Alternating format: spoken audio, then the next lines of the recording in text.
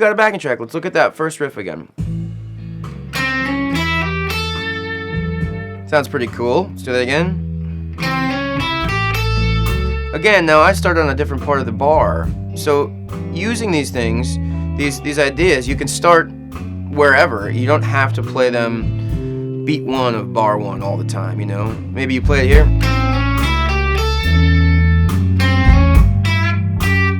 You know, and just messing around with those rhythms. Going to the next one. Next one. And the next one. So all that stuff, you can throw it in anywhere over this. And using that, and then using stuff that you come up with while you're just playing along with the track. And say you're playing and you're like, really like this bend.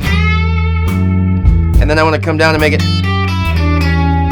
you know, throwing stuff in like that and using these riffs and coming up with all kinds of stuff. You get all, you know, great.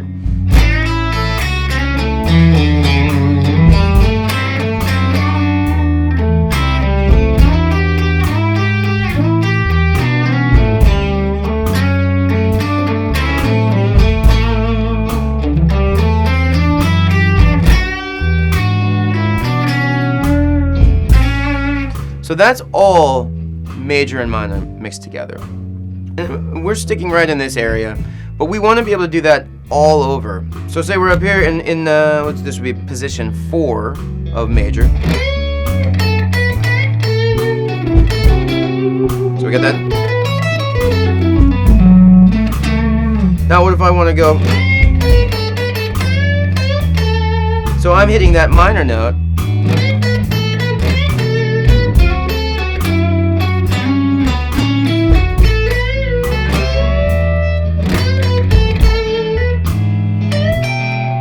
So I'm always visualizing, I'm seeing all those shapes that we've relentlessly practiced, and then I'm free to be able to think about what I want stuff to sound like and how I want things to come across. Like maybe I'm hearing this whole thing as major,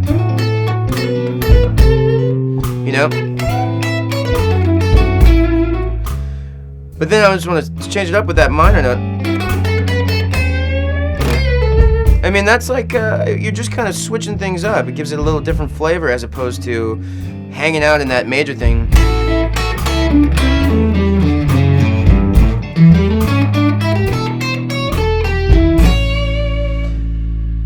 Well, that worked out well, didn't it? So, again, we're seeing all this stuff, and we're mixing it up. And one way to do it is, again, practicing with that track or any backing track that you have, doing what we were doing before, up a minor position, down a major position. Maybe you want to switch it up right in the middle, like you're going up minor, and then switch it to major, and then back to minor, and back to major, back to minor, back to major. So always working with that stuff, and trying to keep things, you know, rhythmically steady. And we talked a little bit before about, you know, moving through the positions and just keeping a straight 8th note or quarter note, whichever is comfortable. Just always moving, changing notes in those positions. Now, maybe doing that with major and minor. So seeing those two shapes overlap. And just always moving around.